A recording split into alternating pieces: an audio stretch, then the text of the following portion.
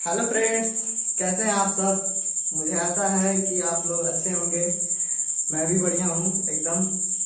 तो इसके पहले वाले वीडियो में हमने पढ़ा था वॉल्यूम वॉल्यूम रिलेशन के बारे में और वेट वेट रिलेशन के बारे में, ठीक है। तो इस वाले वीडियो में हम लोग पढ़ेंगे वेट वॉल्यूम के रिलेशन के बारे में, ठीक है। अगर आपने इससे पहले जो वॉल्यूम वॉल्यूम में जो रिलेशन है और वेट वेट में जो रिलेशन है वो नहीं पढ़ा है तो आप इससे पीछे की जो वीडियो हैं उनमें जाके आप पढ़ सकते हैं, ठीक है। अगर आपने पढ़ लिया है तो फिर कोई बात नहीं है, ठीक है। तो हम अब देखते हैं कि वेट और वॉल्यूम में रिलेशन, ठीक है। ठीक है, तो और इसमें जनरली क्या आता है, वेट और वॉल्यूम में जो रिलेशन होता है उसमें डेंसिटी आती है, ठीक है। डेंसिटी, ठीक है। तो डेंसिटी क्या होता है कि डेंसिटी हमारा यूनिट वॉल्यूम में, ठीक है, इकाई आयतन में जितना भार बोले या मास बोले तो उसको हम अगर मास कंसीडर करेंगे तो उसको हम मास डेंसिटी बोलेंगे। अगर हम वेट कंसीडर करेंगे तो उसको हम वेट डेंसिटी बोलेंगे, ठीक है। और यूनिट एक चीज आती है, शायद आप लोग समझ रहे होंगे या नहीं समझ रहे हैं तो मैं बता दे रहा हूँ। यूनिट, ठीक है। यूनिट, ये यूनिट शब्द है या एकांक शब्द है। हिंदी में इसको एकांक बोलते हैं और इंग्लिश में यूनिट बोलते हैं, ठीक है। तो ये यूनिट शब्द कई सारी बुकों में या आप मैकेनिक्स पढ़ेंगे, फ्लूइड मैकेनिक्स पढ़ेंगे तो कहीं भी यूनिट शब्द जो है यूज होगा, ठीक है। तो इस यूनिट या हिंदी में बोले एकांक, तो इसका मतलब होता है कि वन, ठीक है। यूनिट का मतलब होता है वन, ठीक है। तो अगर यूनिट मास बोले, यूनिट वॉल्यूम बोले या यूनिट एक्सेलरेशन बोले, कुछ भी यूनिट करके बोले, ठीक है। अगर यूनिट करके उसकी इकाई कुछ भी रहे, ठीक है, तो उसको हम वन कंसीडर करेंगे, ठीक है। तो यूनिट यहाँ पे जब यूनिट बोलेंगे तो यहाँ पे हम वॉल्यूम की बात करेंगे, ठीक है। तो यूनिट का मतलब होता है वन, ठीक है। अब इसके आगे आप कोई सा भी जो है मात्रक लगा सकते हैं, ठीक है, या सीजीएस पद्धति में लगा सकते हैं या एमकेएस पद्धति में लगा सकते हैं या एसआई सिस्टम में लगा सकते हैं, ठीक है। आप किसी भी सिस्टम में इसके आगे जो है मात्रक जो है जोड़ सकते हैं, ठीक है।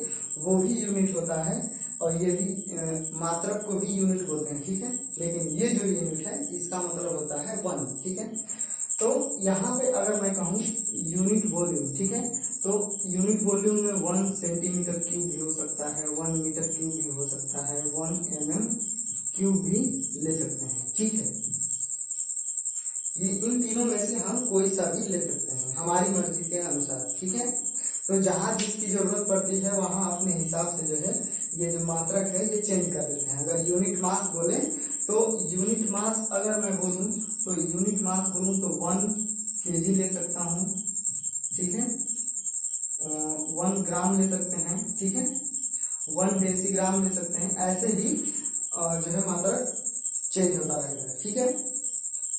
ठीक है, अगर यूनिट बोलेगा तो इसका मतलब यही है, आप अपने अनुसार जो है मात्रक वहां पे कुछ भी लगा सकते हैं, ठीक है। तो ये चीज समझ में आ गई होगी, ठीक है।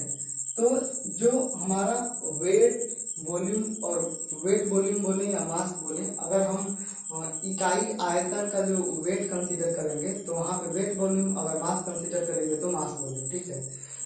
तो यही है। तो इसको जो क्या बोलते हैं कि वेट डेंसिटी और मास डेंसिटी, ठीक है। ये दो चीजें हैं। अगर हम वेट ले रहे हैं, ठीक है, तो W लेंगे, W बराबर होता है M×G, ठीक है। तो अगर हम वेट लेंगे, इकाई आयतन का वेट लेंगे तो उसको हम वेट डेंसिटी बोलते हैं। अगर इकाई आयतन का मास लेंगे, ठीक है, तो उसको हम मास डेंसिटी कहते हैं, ठीक है। केवल मास लेंगे तो, ठीक है। और वेट में mg रहेगा और मास में केवल m रहेगा, ठीक है। ठीक है, तो इसके बाद से आता है यूनिट वेट ऑफ वाटर ये पढ़ेंगे हम, ठीक है। इसके बाद से पढ़ेंगे unit weight of soil solid, ठीक है, सॉइल के कणों का जो इकाई आयतन का भार होता है वो, और यूनिट वेट ऑफ सॉइल, ठीक है। अलग अलग कंडीशन में जो सॉइल है उसका जो यूनिट वेट है उसके बारे में पढ़ेंगे, ठीक है। तो यहाँ पे ये वेट शब्द लिखा है, तो ये जो यूनिट वेट है, यूनिट वेट है, यूनिट वेट है, ये जो है वेट डेंसिटी ही है, ठीक है। इस वेट डेंसिटी को भी हम यूनिट वेट बोल रहे हैं, ठीक है। क्योंकि यहाँ पे हम जो अभी परिभाषा में बोलेंगे या जो भी लेके हम ये सब करेंगे, ड्राइव करेंगे, तो वो इकाई आयतन का भार होगा, ठीक है। इसलिए हम इसको यूनिट बोल रहे हैं, ठीक है।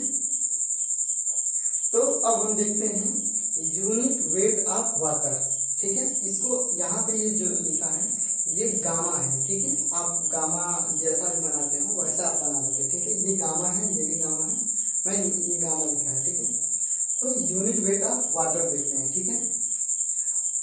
इसको अगर आप इसको वेट डेंसिटी भी लिख सकते हैं,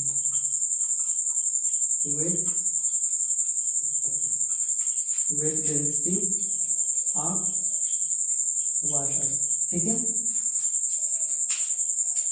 तो मृदा में उपस्थित वाटर के वेट तथा उसके आयतन के अनुपात को यूनिट वेट ऑफ वाटर कहते हैं, ठीक है। इसको गामा डब्ल्यू से डिनोट करते हैं या इसको वेट डेंसिटी ऑफ वाटर भी बोलते हैं, ठीक है।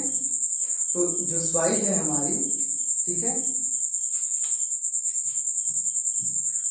ये कोई सॉइल हो गई, ठीक है। तो ये कोई, इसमें कोई कंडीशन नहीं है कि सैचुरेटेड है या कोई कुछ भी, कोई सा भी सॉइल है, उसमें जो वाटर उपस्थित है, जो उनके वॉइड्स में जो वाटर उपस्थित है उसका वेट और जो वॉइड्स में वाटर है उसका आयतन, उसके अनुपात को ही हम यूनिट वेट ऑफ वाटर बोलते हैं, ठीक है, या वेट डेंसिटी बोलते हैं, ठीक है। मैंने इसको यहाँ पे इंग्लिश में नहीं लिखा है, ठीक है। अगर आप चाहें तो इंग्लिश में ऐसे लिख सकते हैं कि unit weight of water define as the weight of water per unit volume, ठीक है। आप चाहें तो इंग्लिश में इसको ऐसे लिख सकते हैं, ठीक है। अब इसको अगर हम वेट नहीं कंसिडर करेंगे, अगर हम केवल मास लेंगे तो मास लेंगे तो ऐसे लिख सकते हैं, यानी मृदा में उपस्थित वाटर के द्रव्यमान तथा उसके आयतन के अनुपात को मास डेंसिटी ऑफ वाटर कहते हैं, ठीक है। तो जो मास डेंसिटी है उसको हम रो डब्ल्यू से डिनोट करते हैं, ठीक है। ये रो डब्ल्यू है, ठीक है, ये रो और डब्ल्यू मतलब वाटर, ठीक है। तो इसको रो डब्ल्यू से डिनोट करते हैं, ठीक है। अब देखिए यहाँ पे वेट डेंसिटी है, ठीक है, गामा डब्ल्यू। तो गामा डब्ल्यू बराबर ये wait of water upon weight of volume of water, ठीक है। ये वाटर का भार हो गया और ये वाटर का आयतन हो गया, ठीक है। और वेट को जनरली हम m इंटू जी से लिखते हैं, भार बराबर द्रव्यमान गुणे जी गुरुत्वीय त्वरण, ठीक है। तो ये मास ऑफ वाटर हो गया इंटू जी अपॉन में वॉल्यूम ऑफ वाटर, ठीक है। इतना तक समझ में आ रहा होगा आपको। अब इसके बाद से क्या होता है कि जो यहाँ पे हम यूनिट वेट ऑफ वाटर पढ़ रहे हैं, ठीक है। तो यूनिट का मतलब ही होता है वन, मैंने अभी यहाँ पे बताया था। तो वाटर जो होता है, तो अगर वाटर को ऐसा देखा गया है कि अगर 1 मीटर क्यूब 1 मीटर लंबा, 1 मीटर चौड़ा और 1 मीटर ऊंचा अगर कोई कंटेनर है, अगर उसको हम पूरा फुल जो है वाटर से भर दे रहे हैं, ठीक है, तो उसका जो आयतन होगा वो 1 मीटर क्यूब होगा, ठीक है। और उसमें जो पानी आएगा, जो पानी का उसमें द्रव्यमान होगा वो 1000 केजी होता है, ठीक है। तो 1 मीटर क्यूब अगर वाटर है, उसका आयतन 1 मीटर क्यूब है, तो उसका जो द्रव्यमान होता है वो 1000 केजी होता है, ठीक है। और ये गुरुत्वीय त्वरण है, इसको हम इसका जो मान होता है 9.81 मीटर पर सेकेंड स्क्वायर होता है, ठीक है, इतना होता है, ठीक है। अब हम इसको आगे लिख रहे हैं मैंने 1000 से ऊपर गुणा कर दिया और 1000 से नीचे, ठीक है। तो यहाँ पे क्या होगा कि किलो का मतलब ही होता है, किलो जब हम लिखते हैं किलो, किलो को के से डिनोट करते हैं, कैपिटल के से, ठीक है। और जब हम किलो लगाते हैं तो इसका मतलब होता है कि 1000, ठीक है। किलो का मतलब 1000 और मेगा का मतलब होता है 10⁶, ठीक है। तो यहाँ पे इस वाले 1000 को हम के लिख देंगे, ठीक है, के, और ये 1000 से 1000 ये कट जाएगा, ठीक है, ठीक है। तो यहाँ पे क्या हो जाएगा 9.81, ठीक है, kg metre per second square upon metre cube, ठीक है। और ये 1000 को हम क्या लिख दिए हैं किलो, तो यहाँ पे मैं किलो लिख देता हूँ, ठीक है, समझ में आ रहा है, ये किलो है। और इसके बाद से ये वाला है जो KG metre per second square है, ठीक है। तो KG metre per second square को हम लोग न्यूटन बोलते हैं, ठीक है, KG metre per second square को हम लोग न्यूटन बोलते हैं, ठीक है। तो ये हमारा बन जाएगा 9.81 किलो न्यूटन पर मीटर क्यूब, ठीक है, ये ग्रामर डब्ल्यू लगेगा, ठीक है।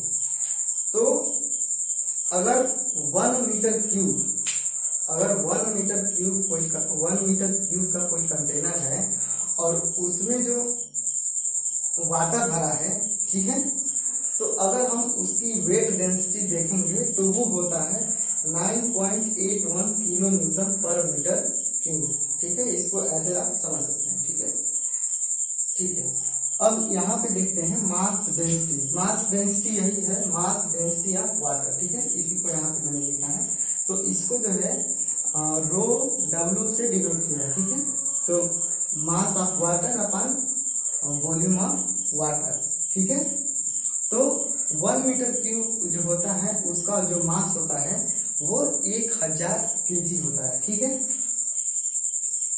अब हम जानते हैं कि 1 मीटर बराबर होता है 100 सेंटीमीटर, ठीक है। तो यहाँ पे मैं 100 रख देता हूँ, ठीक है। और हम जानते हैं कि 1 kg बराबर होता है 1000 ग्राम, ठीक है। तो यहाँ पे 1000, ठीक है, और केजी को हम ग्राम में चेंज कर देते हैं 1000 ग्राम, ठीक है। और यहाँ पे 1 मीटर क्यूब है तो 1 मीटर बराबर 100 सेंटीमीटर, ठीक है। तो 100 सेंटीमीटर का क्यूब, ठीक है, यहाँ तक आ रहा है। तो अब क्या करेंगे कि इसको तोड़ोगे, ठीक है। तो यहाँ पे ऊपर वाला 10⁶ ग्राम हो जाएगा और नीचे वाला भी 10⁶ सेंटीमीटर क्यूब हो जाएगा, ठीक है। ये अगर इसको हम करेंगे तो 10⁶ हो जाएगा और ये ऊपर वाला भी 10⁶ हो जाएगा। तो ये 10⁶ और 10⁶ जो है कट जाएगा, ठीक है। तो जो रो डब्ल्यू हो जाएगा वो हो जाएगा 1 ग्राम पर सेंटीमीटर क्यूब, ठीक है। तो जो वाटर की मास डेंसिटी होती है वो 1 ग्राम पर सेंटीमीटर क्यूब होती है। अगर हम 1 सेंटीमीटर क्यूब वॉल्यूम ले लें वाटर का तो जो उसका जो मास होगा यानी कि जो द्रव्यमान होगा वो 1 ग्राम होगा, ठीक है। तो ये इसकी डेंसिटी होती है, ठीक है। तो ये चीजें हमने पढ़ ली, वेट डेंसिटी और मास डेंसिटी। इसमें केवल वेट में और मास में केवल जो है जी का फर्क होता है। अगर हम मास में जी का गुणा कर देंगे तो वेट बन जाएगा और वेट में जी से भाग दे देंगे तो मास बन जाएगा, ठीक है। तो यहाँ तक मुझे लग रहा है कि समझ में आया होगा, ठीक है। अगर आपको नहीं समझ में आया है या फिर आपको कुछ भी मैंने गलत बता दिया हो, भूल से गलत हो जाता है, ठीक है, तो आप कमेंट में बता सकते हैं, ठीक है। और इसके बाद से इसके आगे वाले वीडियो में हम पढ़ेंगे unit weight of soil solid और इसके बाद से यूनिट वेट ऑफ सॉइल।